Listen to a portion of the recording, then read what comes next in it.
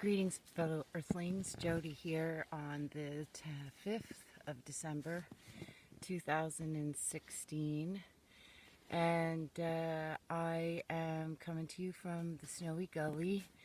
There was no snow, pretty much no snow yesterday, and we woke up to this morning.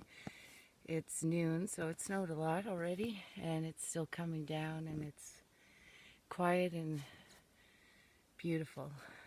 Anyway, I thought I would make a little video about something that I've noticed a lot of conversation about lately on social media, and that is the concept of self-care. And it's interesting because we're trained in Western society, specifically dealing with Western society, because that's what I know best. To consider self-care something that is egoic or something that is wrong. And it's interesting because we're shamed into everything, every single ad on television telling us what we need to buy, because if we don't have it, we're shameful. And we have been programmed to believe that putting ourselves first means that we're selfish and that we are self-absorbed and all the rest of it. Anyway, negativity, all revolving around self-care. And I know there's other people out there who are not well and are frustrated because all of the things that they are doing to try to make themselves feel better aren't working, and they are feeling pressure because the concept of self-care has surpassed them, because their bodies hurt and their minds hurt, and there's no feeling of relief. But I definitely have been in that pattern for the majority of my life, I guess, realistically. And I've had my weight fluctuate. I've been carrying 40 pounds at least more than I am right now, more than once in my life, and I'm just not quite 50. And I realized after a number of amazing revelations that the saying, you can't do anything for anybody else unless you put yourself first. And it was actually a doctor I heard in an interview who was saying that the compulsion to always feel like you have to be doing something in response, especially to crisis. And his saying, which had a profound effect on me, was, in a crisis situation, don't just do something, stand there. And I realized that it's this impulse to do without thinking or feeling the vibration of the situation, so that you can address it from the level at which a positive outcome can be experienced. So going at anything from a perspective of anger or frustration or panic usually ends up escalating a situation that's already negative.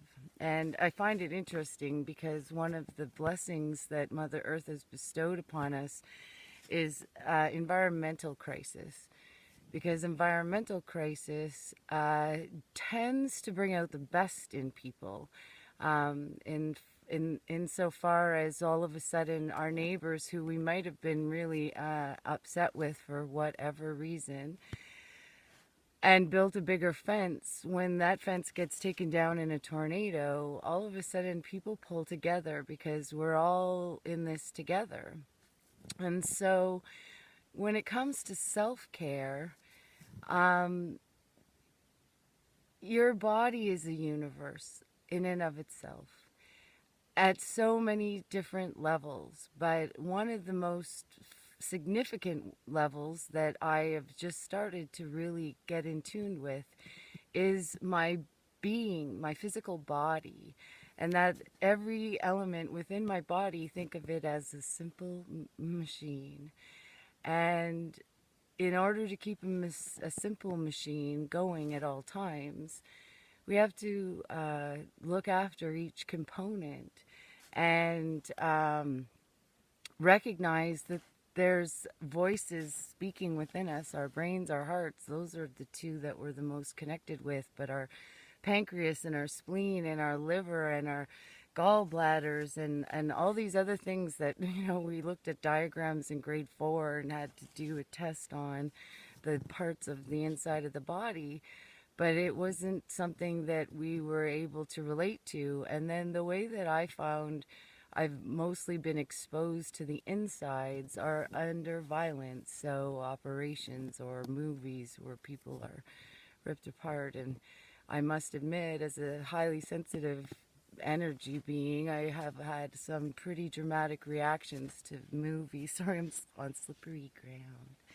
Anyway, reactions to movies where people are mutilated, and I recognize that's my body's reaction to how it must feel all the time when we're not paying attention in the way that it needs us to pay attention. So when we're having a sore stomach or flu symptoms, and the first thing we want to do is look for someone to blame why we got these symptoms, because it had to have been because of something somebody gave us.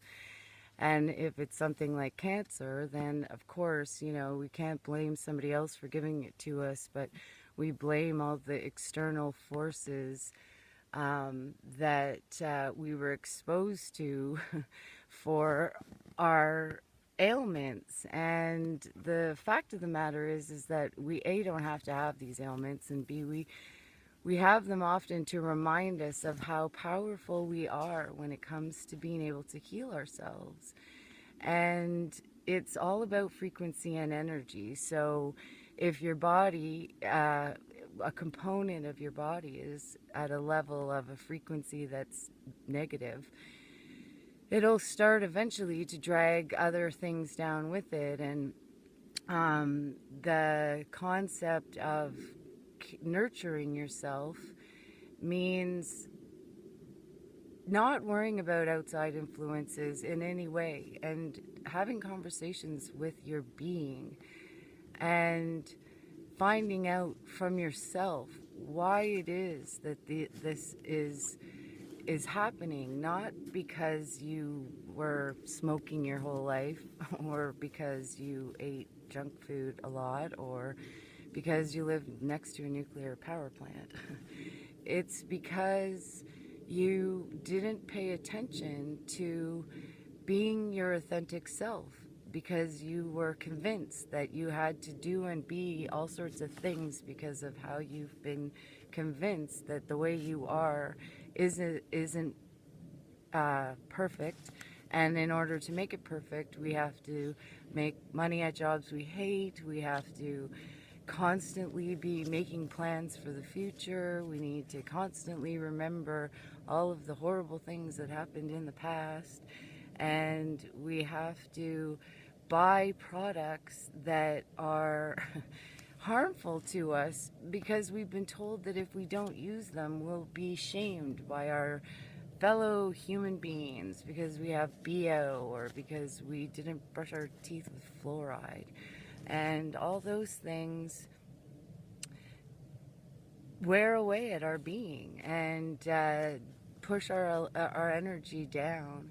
And so self-care is about not getting into a bath and lighting candles and listening to music and being all flowery for 15 minutes. It's a daily process of acknowledging that when you're tired, rest. And when you're feeling sad, mourn. And when you're feeling tired of other people, spend some time alone. And when you have questions that you're frustrated because the people around you can't answer, start writing and journaling and asking yourself those questions and then give yourself the time to hear what it is that you're saying, what it is that the message is that's being given to you. And so praying all the time to get better isn't going to help you any if you're not stopping long enough to really listen. And even if it's a simple answer, not to pass it off, because simple is really what it's all about.